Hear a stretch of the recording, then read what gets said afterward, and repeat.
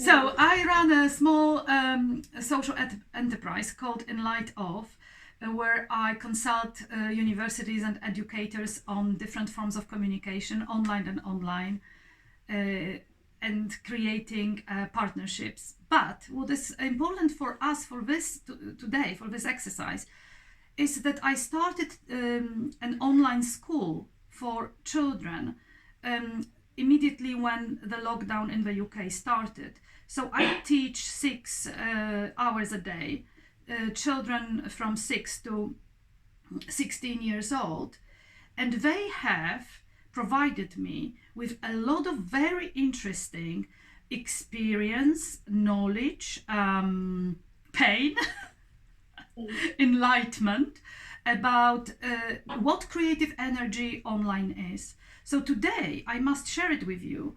I am bringing a lot of my initial research on what creative energy is when human beings meet together in a confined space, which has actually 2 characteristics. That confined space where we meet, is twofold. So when you look at my screen, the team of 2 people, where I would normally, for example, coach someone or discuss an issue, would be in this room. That's the room where I am, but you have a different view, of course, because the camera can only take it from one angle. So this is my physical space that you can see now from the front. So you can see what I'm looking at, but by looking at my little box, if you can see me now in the little box, you can see the back side of, literally, of my space. Whereas the other space that we see is the space that I have now used as an example, a meeting of some UNESCO colleagues, and of course us here live. So to use the word which would characterize it academically, we are operating in 2 different ontological spaces. And this is a very important word, because it means that at the same time our human body and brain operates across the physical space where you are now, with your children, your dogs, your parents, maybe family, speaking in another room.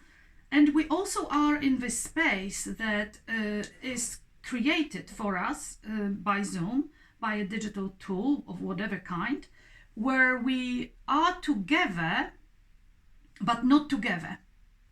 We are together, but really not together. So we are in 2 spaces at the same time. Well, you could say, what's new about it? Online teaching and learning has been going on for the last 30 years. We've been using what's called distance teaching and learning, so people had to get used to it. Yes and no.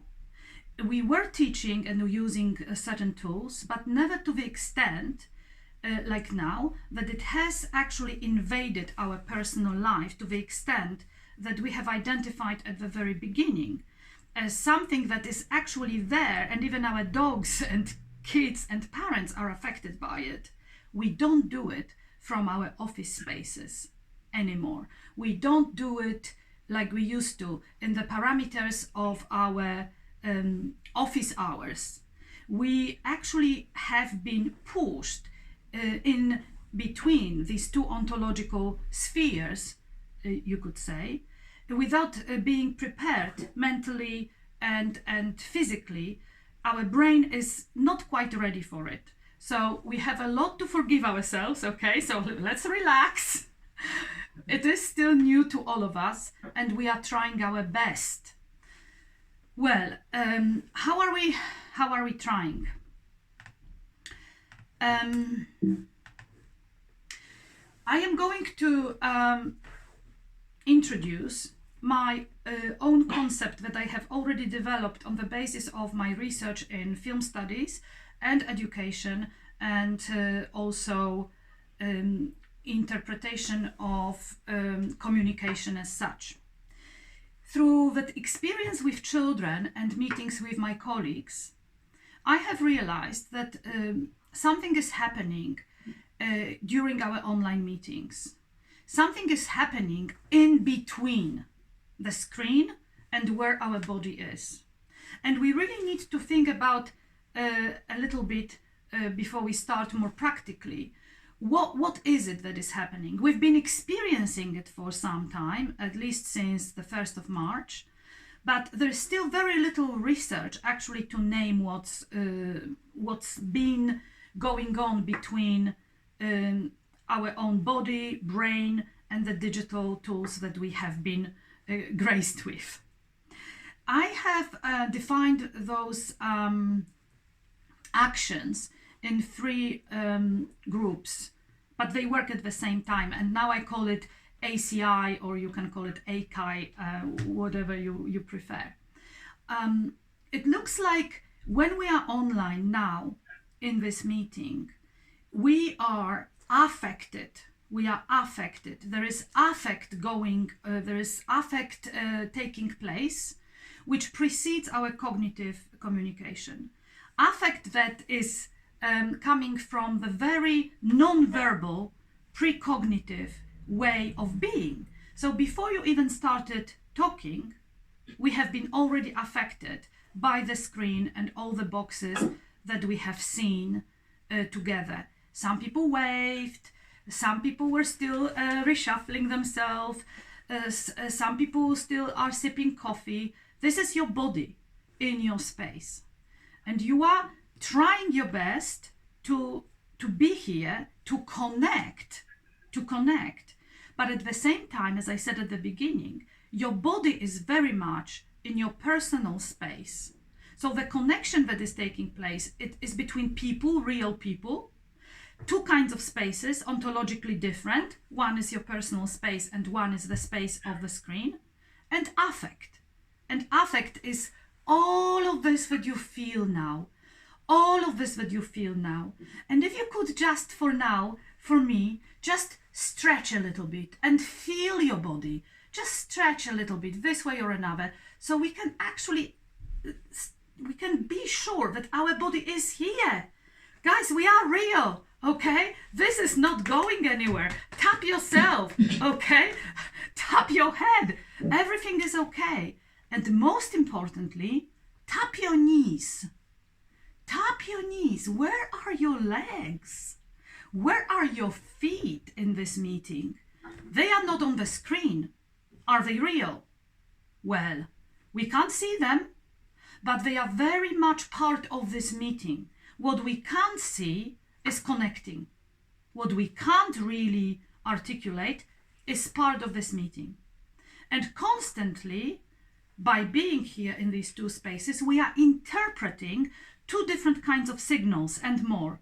One type coming from me when I'm speaking to you, now looking at you, and you are reading my face, interpreting what I'm saying, trying really hard to focus, because you are here, for a reason. You made this decision. It's 6:30 maybe, or a.m. or p.m., and you have made a decision to actually get something from it. You are trying to focus. But hello, at the same time, there is another stream of signals that is coming from all around your space. And that creates a certain kind of dissonance for which mental health studies are not prepared. Definitely our students are not prepared, and us educators are not yet quite prepared. But we are trying. So we have the ACI model, affect, connection, and interpretation, playing at all times from the moment you open your Zoom and you sit in front of your screen, whether it's a one-to-one meeting with someone or whether it's a group meeting, right? So I'm a co-host, so I'm going to put myself on the spot, so you can actually use me as an example, right? tapping, I'm still here. Well, by speaking to you like this, I have created a certain kind of frame, yes? We try to maybe do something to create a frame. However, what we do even now without thinking, In 2 months, we've been already trained, maybe even subconsciously, I believe culturally, to create a certain kind of setting for our own representation, meaning how we look and how we are received by others. So I have created this little frame. Well, we try to sit against some kind of background that is not producing too much noise using the film expression. It's not always easy when you are an academic. Probably the only space available to you is the space covered with books, which means, of course, they produce noise, but at the same time they produce some kind of professional background. People started using green screens of different kinds. I can't see anyone on the beach. Let me check. Oh, there is one map, and a couple of people switched off completely. That is their choice, yes. What can we do about it? So if it was the meeting with, for example, only 3 people, and 2 of them were switched off, and 1 of them was on the screen, I would be speaking to that person whose face I can see. This is the most natural, the basic, the most humane, instinctive way of communicating with each other. We are looking at each other. We want to read our faces. We want to understand the mimics, the gesture, the expression that is coming with what the talking head is saying. I have also obviously tried to, put something so-called professional, and I'm using the expression so-called because nobody knows what's underneath the table. And that's the beauty. Well, how many people, and you can shout because you are invited to be unmuted, how many people are bare feet? Who is bare feet? Tsveta? I can see the hand. Tsveta is bare feet. Or you can shout. Flip-flops. Flip-flops, yeah. Oh my God. Flip-flops. Oh, yeah. Flip-flops, yeah. I can see the chat. Chat is helpful. Yes, that's fine. Great, great. Very relaxed under the table. That's very beautiful. This is so beautiful. Good news for all women who were tortured for centuries to actually wear high heels and certain kind of footwear to look professional. Liberation, at least from the waist down. Don't push it, though. You never know. That other form of dissonance is also new, and it can be constraining and liberating at the same time. So these 2 words I also want to introduce for today. This whole new situation is constraining and liberating. And we need to find for our students and ourselves and our colleagues to what extent it is constraining and to what extent it is liberating. And what can we take from it to gain and what has to go? Well, what has to go? I would like us to close our eyes, all right? I can't see your faces, but I trust that you are doing it. Not all of you. Yes, I can see. So let's close our eyes. It may not be such a pleasant imagery that I'm going to evoke now, but bear with me. Imagine you are in the board meeting. Back to the old office.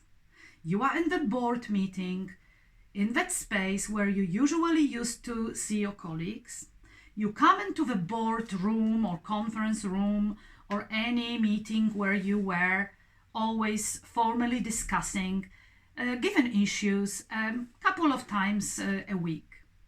What is in that room? Try to revoke that image in your head. What is the space in the old room? Can you share with me? Just share with me. What can you see there? In the old office boardroom. What's there? Table and chairs. Chairs and yes, and people, chairs. Are the chairs the same? Yes. Yes. Okay. Someone invested in buying. Yes. Stiff leather chairs. Stiff leather With chairs. wheels. Oh, some have Lots of wheels. Yes. What else? Yes, Anthony? Smartboard screens. Small, quite constrained, small room, Okay. whiteboard. Oh, quite small, yes. Whiteboard, did you say whiteboard, blackboard, yeah? Smartboard. Yeah, the Smartboard. smart screens. Uh-huh. What about the windows? Are they closed or open? Closed. They're closed. Why? Office building can't open them. Mm. The No fresh air. ventilation. No No fresh. windows.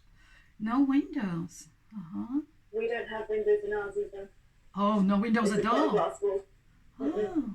What are the people doing? What are the people doing in the meeting before it starts? Just about to start. What are they doing? They're checking their phones, Yeah. drinking coffee. Coffee, yes. Smiling. Oh. Starting to connect with one another face to face. Uh-huh, uh-huh. And now someone is about to open the meeting, someone who is the chair or the leader of a committee. What happens then with people? It shifts, I find. You go from having maybe a little bit of chit chat to something being very often feeling quite formal in terms of how you should be sitting or responding. How do we know how to behave? Well, we do know. We've read articles. Taking cues. I think it's instinctive. Instinctive. Oh, yeah, someone has been on the market for quite a while. Uh-huh. What? As a professional, yeah, we know. We've been conditioned this way. Aha, we've been conditioned. Well, so that meeting, let it go now. Let the chair do their job. And that meeting now is gone. Bye-bye. Fly away, the office space. And let's come back now to your space. And now just open your eyes and look around your space. Here we are. Well, is it different? How is it different? Night and day. Night and day. Positively or negatively? Positively. Tell me So more. I don't this to the office. Is it Sarah speaking? Who No, said sorry, it? it's Malika. Oh, Malika. Okay, I can see you now. Yes. Night Sorry, and day. yes. Night and day. Yes, no, I just held up a little doll because I have my daughter's toys everywhere. She just popped in, so. Welcome, Toy. Hello. There's a Night. lot more plants. More You plants. can see them. Yeah, Lovely. Oh. they don't survive on my desk. Oh, great. Oh, good. We come back to this, okay? To these both little activities. You will come back to them in your breakout rooms to reflect a little bit deeper. However, for now, what I want to say is just to pull together what you have said. Yes, we have been conditioned in a certain way. Yes, we have been doing it for very long. Our students, although they may be younger or also older, they also have been conditioned in a similar way. So let's think about them as well. They are also in this situation. They also remember the classroom. They know how to behave. They know where the smartboard is. They know where the teacher turns to them. It means quiet. Now we are focusing. We know the sensation of the old leather, not always leather, a chair, quite sweaty possibly. We know the bad quality of the office coffee. And we know how to bear through to the end, thinking, whew, done. That's my work life. Now I'm going to my home space. Well, now we don't have that division anymore. And this again can be constraining for some reasons and liberating for others. I think that Malika has already given us some idea, and I think you all here have experienced the heaven, the bright side. We can be bare feet, we can have our children close by. Maybe before the meeting they will have a nap and won't even notice that we were away. Maybe we can actually be more productive because we have more time, and more plants that survived because we cared for them and gave attention to the domesticity that normally is excluded from the office environment and classroom environment. And we have been going on with this for a long time. Now we have this moment, one moment in time, that we can take those elements of the bright side and make the best out of them by actually naming them and enabling our students and colleagues to embrace them. But they can also be constraining. Someone said, I need to respect other members of my family. They may not want to be in my heaven. They may want to actually use the room that I am using, and I only have 2 rooms total. Some young couples, maybe even 1 room, which is an open space, and they can't actually do much together.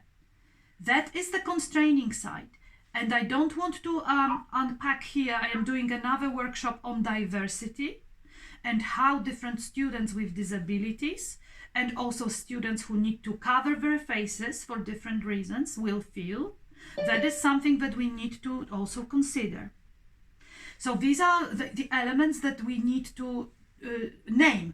We should not fade away from naming these constraining aspects, but also those liberating aspects.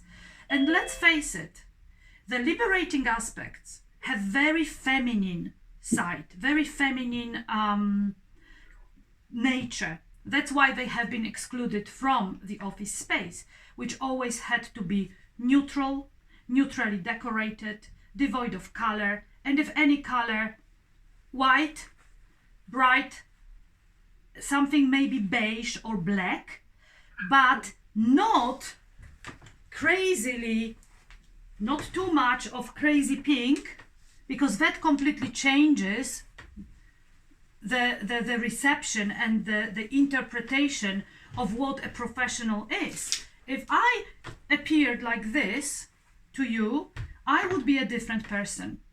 You would read me in a different way.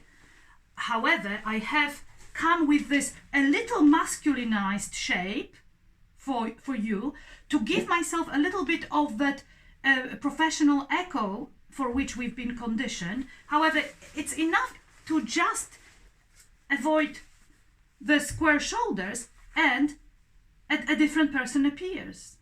All these elements now, we can actually bring them to the table and to the frame and start talking about them as the opportunity to actually change the politics of the office as it used to be, conditioning us for so many decades, and now bring the more what we call feminine. I mean, it shouldn't be like that, but it is like that, yes? But here we are to maybe show that this whole division was not necessary and was artificial from the very beginning. So that is something, that is the situation now. We had the chance to bring affect, connection, and interpretation to the game and try to talk to our students and our colleagues about how we can actually make this energy of the meeting more humane, more holistic, including both ontological spaces, private and office-like,